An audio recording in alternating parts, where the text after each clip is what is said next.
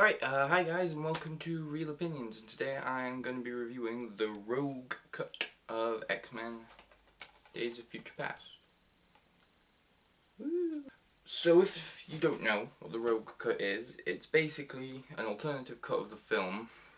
Not exactly an extended cut because stuff's moved around and changed, but it's basically an alternative cut of the film which reinserts the Rogue subplot to Days of Future Past, which they cut out. It's not just Rogue stuff, there's some other stuff added in, but the basic new plot is that Professor X and Magneto, along with Iceman, in the future, go to rescue Rogue so that she can take Shadowcat, Kitty's powers, and she can take over the whole holding Wolverine in the past thing. And that's basically the gist of what this is. I mean, the story beats remain the same, but the way you get to them is different, very different in some cases. So rather than just slotting these scenes in, they've kind of tweaked the whole film around it, moved stuff around, added in new lines of dialogue, cut out some lines of dialogue, and just generally change it up a little, so it's not just a case of being an extended edition.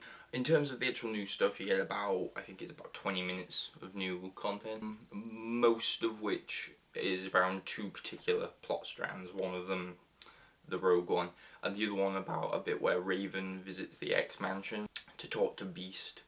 So the first one mainly actually, despite being called the Rogue cut, it doesn't really add that much Rogue. She's used as a plot device for this new action sequence where they go to rescue her.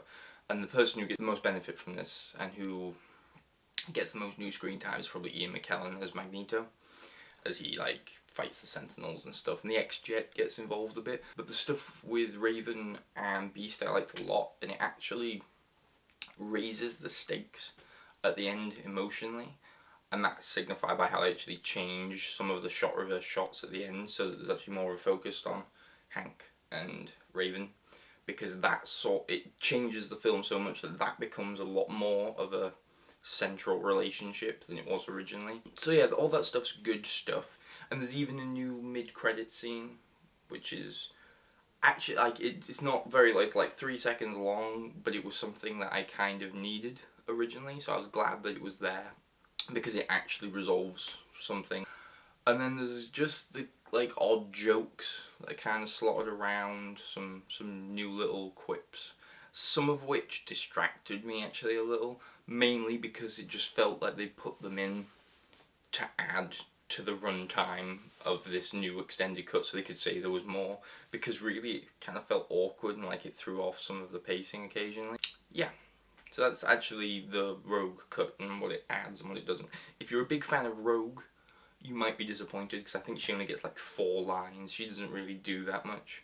But if you're a fan of the film and of the story of the film, then it's worth picking up because it actually adds to the story and to the emotional arcs that certain people undergo. But for actual Rogue, does anyone like Rogue that much anyway? I don't know. Special features are actually the best thing about it. That's not meant to be damning it with faint praise, because the original the original standard release doesn't have many special features at all, but this has two fairly big ones. It has this one called Mutant vs. Machine. Goes in a lot of depth on all the various areas. It talks about all of the kind of changes they made from the graphic novel, why they made those changes. It talks about how you juggle schedules. It talks about props, it talks about the sets, it talks about the music and the editing. All of the music and all the editing is done by one guy, John Ottman, and it talks about how he has this dual role as composer and editor, and that stuff I found really interesting actually. And it kind of goes into a lot of depth about editing, which is something that they usually don't do. They even talk about how you do 3D and how 3D can kind of hinder a filmmaker, the restrictions it imposes and the possibilities it opens up. And so it's nice to actually see 3D itself get a proper part where they talk about it and how they do it. There's even a lot of stuff about this Rogue, why they cut things, how they made things make sense when they cut things, and how they actually talked to the studio about getting this cut done. So I like that stuff too. And then there's another one which is called X-Men Unguarded, which is a roundtable conversation with Bryan Singer and the cast. and it's worth it because Michael Fassbender and James McAvoy are just really charming and cool, and I like them. Yeah, so overall, I'm going to give the Rogue Cut a 9 out of 10. That's actually what I give X-Men Days of Future Past normally. It's a 9 out of 10. It could have been a better cut if they just basically reinserted the big stuff that they cut out, rather than just slotting in all these little bits all over the place that I felt weren't really needed.